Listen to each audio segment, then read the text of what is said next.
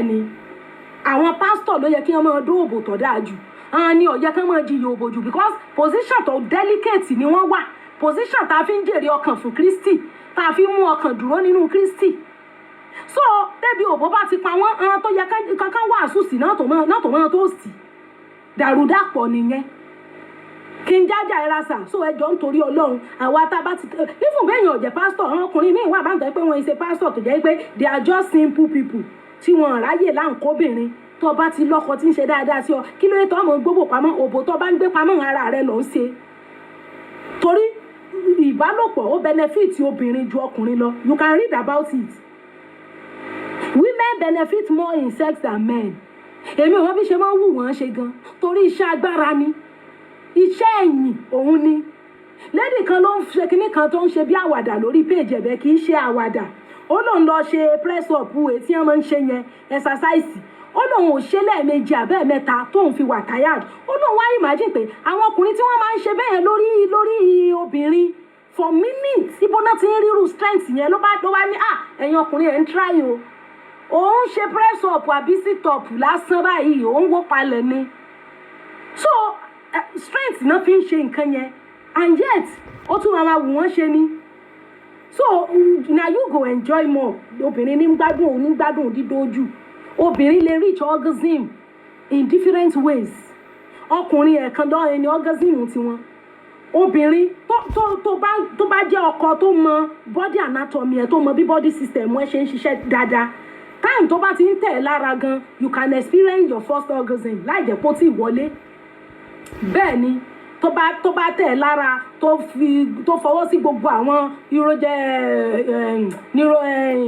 erogenic zone a ti sọ̀rọ̀ nípa àwọn powerful erogenic zones àwọn zone tó wà lára obìnrin àwọn positions tó jẹ́ pé ó tètè máa mú obìnrin wà excited tó bá jókùnrin tó understand body anatomy ẹ̀ dáadáa kò ní kó tí focus ara ẹ̀ gan tó fi máa experience orgasm bí ẹ̀kíní ẹ̀kejì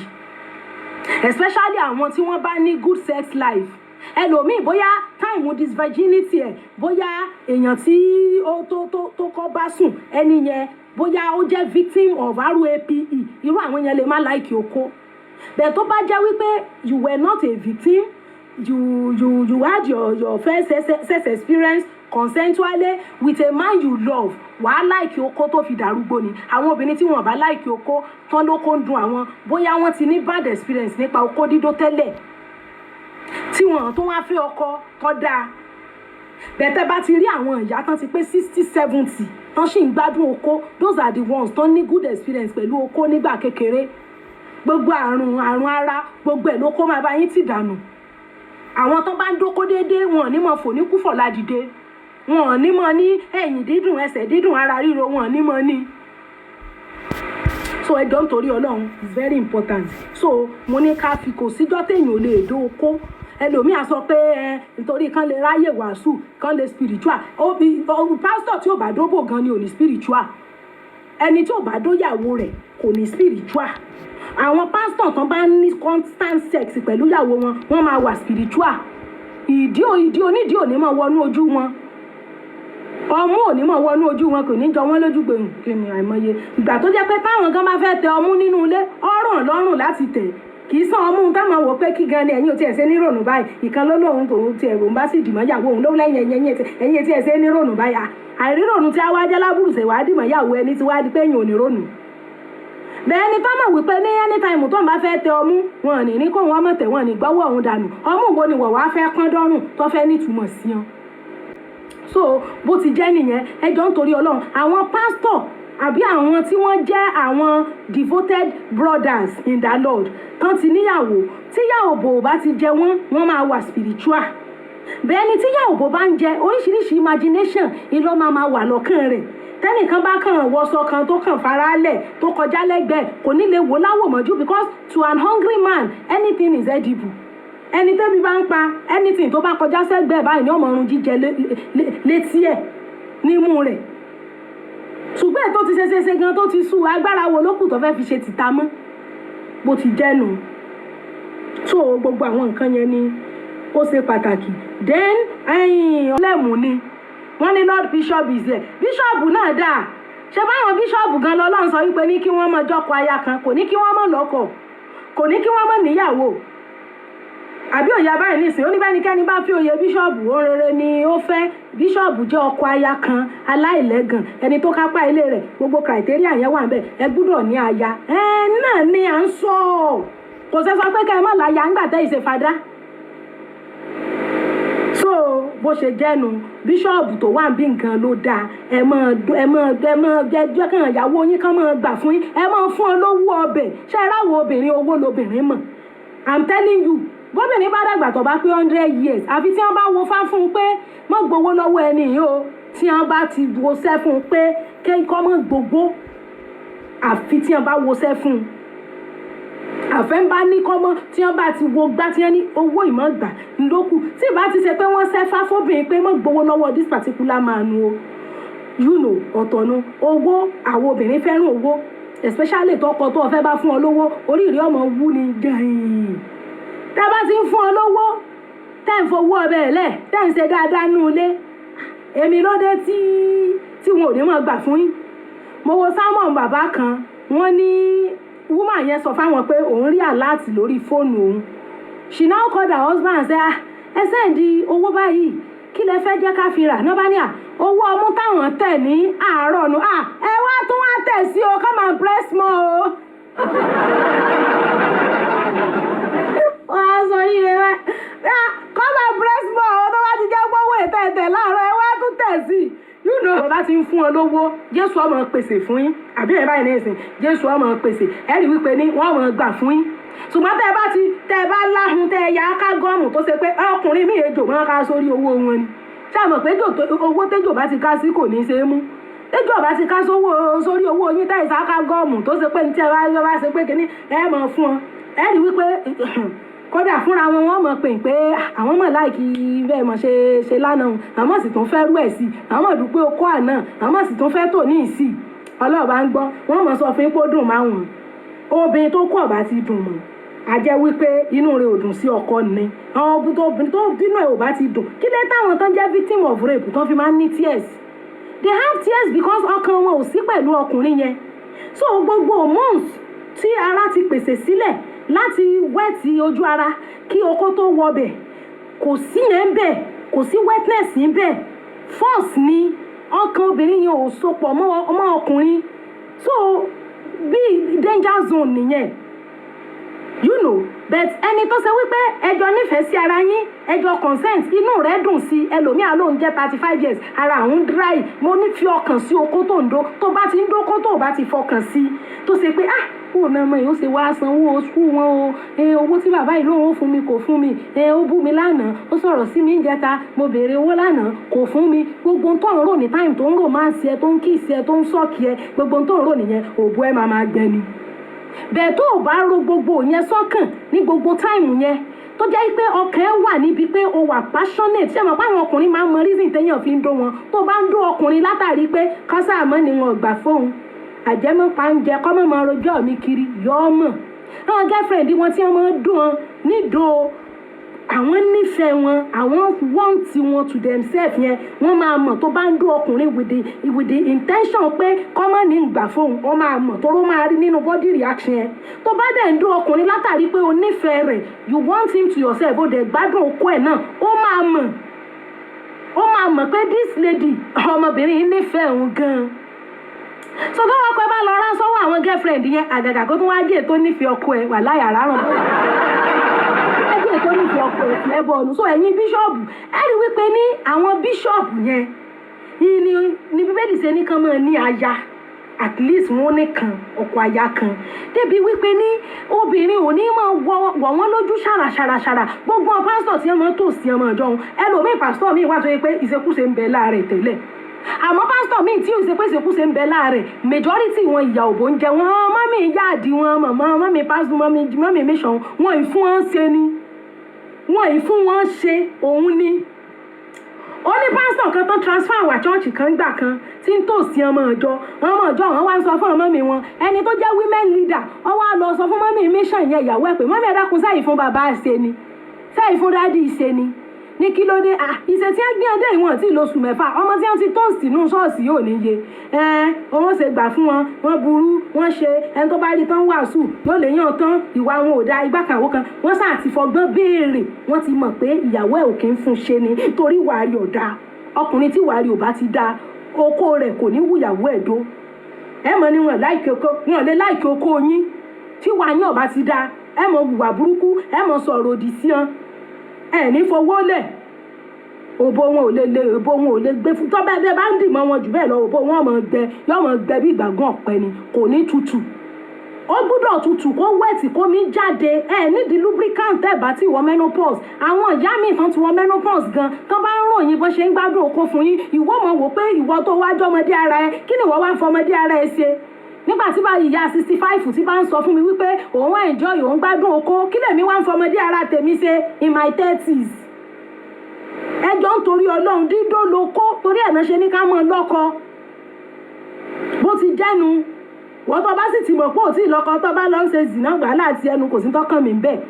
so dádì bíṣọ̀bù yẹn bó ṣe jẹ́ nìyẹn irú tá à ń sọ yìí gan bí bá ṣe pé ọ̀sán pọ́n òórùn náà bẹ̀ẹ̀tì yẹn omi òbò ọ̀sán náà máa ṣe pé kínní ìdájí ń lọ́dà ẹ practicalize ẹ̀ kẹ́ ẹ ṣe láàárọ̀ kẹ́ ẹ ṣe lọ́sàn-án kẹ́ ẹ ṣe lálẹ́ ẹ rí i pé táàárọ̀ yẹn òun lọ́dà jù because at the very early in the morning ìgbà yẹn ni àwọn hormones ọkùnrin àwọn testosterone àwọn androgen gbogbo àwọn hormones yẹn náà máa ń wà at the peak of secretion and at that time ọkùnrin ò tí ì ṣe wàhálà gbogbo àwọn àtọ̀ yóò ti wà ní ibi ẹpọ̀n rẹ̀ tí ó tètè tí ó rush lọ sí gbogbo àwọn seminal vesicles kó tó jáde through urethra so the body will be relaxed then very early in the morning around 4 to 6 láàárọ̀ ìní ọkùnrin máa ń wà ní third realm rapid eye movement REM at that time yẹn òun ni àwọn hormones wọn máa ń wà secreted ọkùnrin tó bá ti jẹ́ ojú ẹni time yẹn ó ti miss ìjọ yẹn nìyẹn ó tún dijọ́ mi tó o bá gbà fún time yẹn o ti fi memory rẹ sí ọpọlọ rẹ throughout that day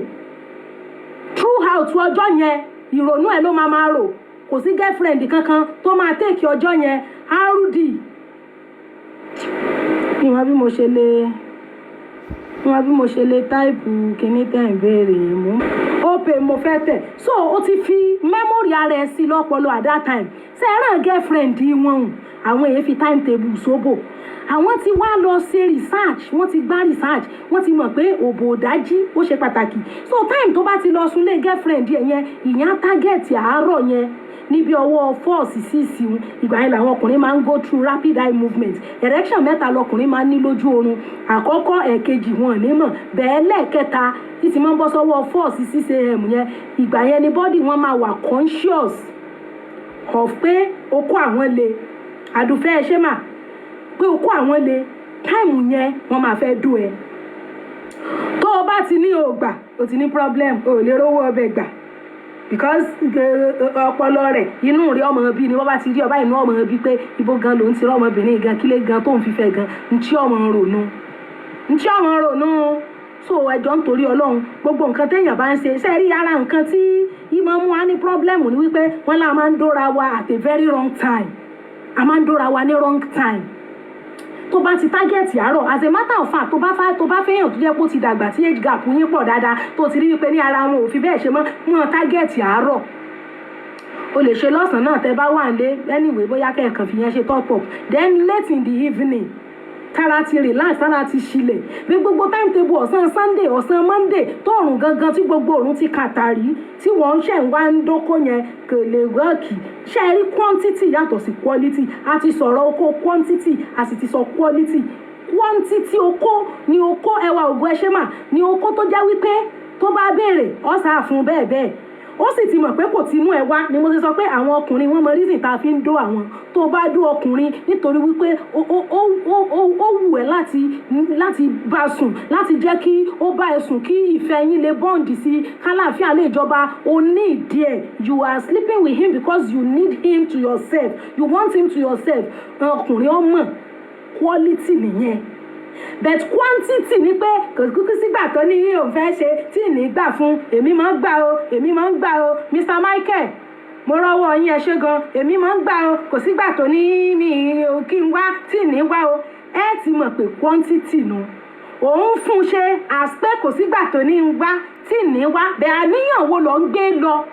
bọ́kùnrin bá dó ẹ lẹ́ẹ̀mẹ́rin àbẹ́ẹ̀mẹ́ta lọ́sẹ̀ tí ó jẹ́ pé quantity ló kàn ń fún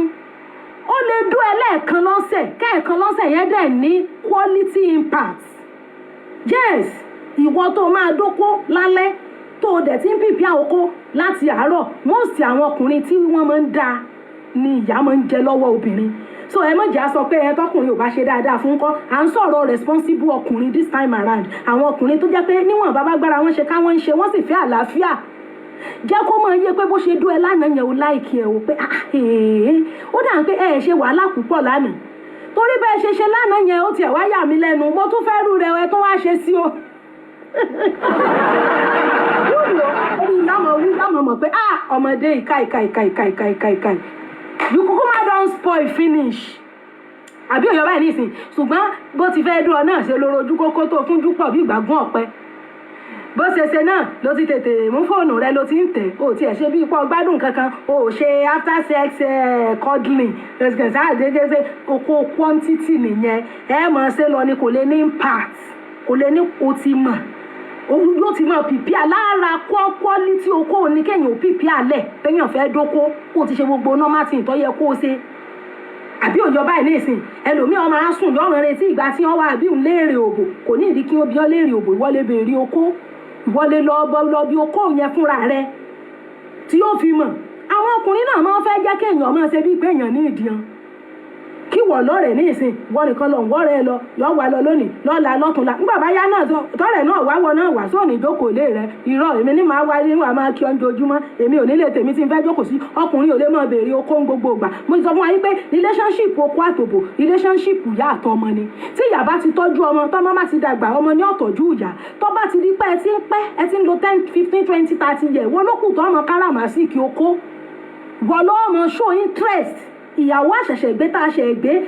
ara ẹ̀ máa ṣáàkì okó bẹ̀ tó bá ti di pé a ti ń fòbò yẹn bímọ àti bí kìíní bí kejì bí kẹta fúnra wa láàmú káràmásìkì okó bó ti jẹ́nu àwọn okó quantity nìyẹn àsọ̀rí àwọn okó quality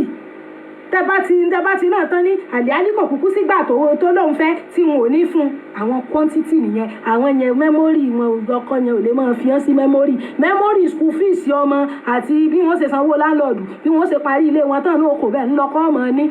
ọkọ ò lè ní wọn lọ́nà ọpọlọ ẹ̀ gẹ́gẹ́ bí wípé our bond together ògbè sẹ́ẹ̀sì lọ́lọ́run fi ń bọ́ǹdì èèyàn torí ẹ̀ ló ṣe sọ fún wa pé if you join with an harlot you become one becoming one yẹn ní ọ̀fin ní ká fi join ká fi ní sexual intercourse kò sí bóyìnbó lèèyàn méjì ṣe fẹ́ dì kan lájẹ̀pọ́n bá dóra wọn so ohun tí ó sọ adi wà nù tẹ́ bá ti ráwọn ọkùnrin àti ọkọ àtìyàwó tí wọn kì í jà àwọn tán ríra wọn dóni àwọn tán máa ń jà sàṣà àwọn àìríra wọn dóni I'm telling you tẹ́ bá ti ní sẹ́ẹ̀sì dáadáa ẹ ní máa ja ìjà kan tó lọ títí àjà ṣúẹ́ṣúẹ́ lẹ́ẹ̀mọ̀ jà àjà ṣúẹ́ṣúẹ́ ni tó kùn tọkọ rẹ náà bá ti di pé ọlá ìkè oko òun náà kò ní fẹ́ jẹ́ kí ọbínú dé lẹ́fù wípé kò ẹ̀ níjọgbà fúnra yín tí wọn náà bá ti di pé ọlá ìkè oko ọkọ rẹ ò ní fẹ́ jẹ́ kọ́kọ́ rí ó bínú sí ọ kẹ́ ẹ lè ríra yín dó tó bá di pé àkótó so ẹ̀ ní máa jà kan ràbàtà bẹ̀tẹ̀ bá ti ráwọn tán bọ́ǹdì ìjà ní bí òrò mo rí téèyàn kan sọ pé what will bond me to you is not how much I can sleep with you is how much discussion we have ṣé discussion ni ọlọ́run ò ṣe ní àmọ́ discuss kí lè tó ní ká mọ̀ bára wa sùn ká mọ̀ bí sí ká mọ̀ rẹ̀ sí so ibẹ̀ dáàdòrà inú dídó ni ìní máa ń mú bọ́ǹdì ní máa ń má láàfíà wá àwọn tí wọ́n máa ń fagídí gbé bí ìwé bá ń fagídí ìjayé ni tí ìṣe wípé bóyá ó ní bọ́ǹdì as a matter of fact téèyàn bá dàgbà gan tí bàbá ti pé 70 tíyà náà ti pé 60 the quantity or the quality of sex tẹ́ ẹ bá ní nígbà tẹ́ ẹ yọ̀ǹgì ó máa determine relationship yín nígbà arúgbó nígbà tí ẹ bá lè bára yín sùn gan tààrà mọ́ ẹ lọ béèrè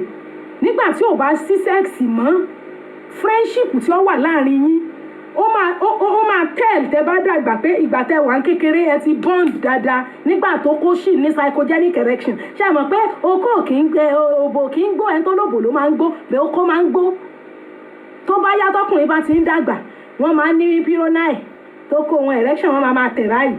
varicocele tẹ́kùn wọn máa já wálẹ̀ ní tó bá jẹ́ pé tó bá rí ẹni wòwò okó ẹ̀ máa dìde tó bá ti di pọ́n ti ń dàgbà ó dìgbà tí wọ́n bá tún ṣe gbogbo àwọn ẹ̀sásáìsì tẹ́ fọwọ́ tẹ̀ wọ́n lára kókó wọn tó dìde gbogbo ohun tí máa ń ṣáàkì wọn tẹ́lẹ̀ yẹn ó lè má dàbí mọ́. Even at that the little tẹ́ bá ṣìṣe you will still bond because memory gbogbo ìgbà tẹ́ wà in your 20s 30s 40s yẹn memory yẹn ṣì wà intact. Ọlọ́run sì ti bá yín ṣe gbogbo ọmọ gan ó ti marry ó ti níyàwó ó ti lọ́kọ ẹ̀yin méjèèjì nìkan ni ó kù nílé. So àwọn girlfriend wọn tí wọ́n fi máa ń gbọ̀n lọ́nu wọ́n máa ń dó wọn pẹ̀lú passion ni. Tẹ́ bá ń dó ọkùnrin pẹ̀lú obligation pé kọ́mọ ní gbà fóun kọ́mọ máa rojọ́ mi kiri tó bá dẹ̀ ń dó ọkùnrin with passion pé kó wá o ìwọ fẹ́ dóko o kó o sọ fọkùnrin pé o fẹ́ dóko yóò tètè dé tó bá rí tó dọ̀pù bábà lójú ọ̀nà gan bí kó dọ̀pù ń tètè clear ni. Bẹ́ẹ̀ ni mo sọ fún ọ obìnrin mi ò lè rántí ìjọ tó béèrè oko gbẹ̀yìn wọn á ní bọ́nẹ̀gẹ̀ ní ṣé bọ́nẹ̀gẹ̀ kí ló kan Jésù pẹ̀lú pé ẹni tó bá ti jẹ́ pé ẹni tó ń bá sùn ẹ ti fẹ́ ra yín ẹ̀ẹ́dẹ́ṣẹ̀ so ẹ mọ̀ pé ra yín ẹ mọ̀ sọ fúnra yín pé ẹ fẹ́ dóko tó bá sọ fọkùnrin pé ọ fẹ́ dóko oríire wo kò tí ẹ̀ ní ìròsí ẹ pé bóyá o léyàn míì yóò ti mọ̀ pé ò lẹ́lòmíì yàtọ̀ fóun immediately ó ti ṣe 80% of iṣẹ́ tó yẹ kó ṣe immediately ni brain ni ẹ̀ máa send signal lọ sí sex organs ẹ̀ okó ẹ̀ máa dìde ní straight ẹ̀jẹ̀ máa rush lọ sí gbogbo veins ẹ̀ okó yẹn máa dìde ní I'm telling you tó bá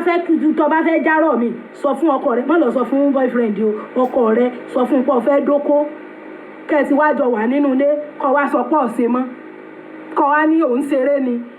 wo òun ṣeré nìyẹn kò ní wọ́ọ̀kì mọ́ ó máa dún ẹ kò ní jọ bọ́ta torí pé o sọ pé o fẹ́ dóko yẹn o ti send àwọn signal kan tó ti affect body system ẹ̀ kọ́ wá ní èmi mọ̀ ń ṣeré mọ̀ ni eré kí ló ń ṣe eré yẹn ó máa padà ṣe ó máa padà dún ẹ yẹn kó tó mọ̀ pé òun ṣeré ni bó ṣe máa jẹ́ nìyẹn so lórí ọ̀rọ̀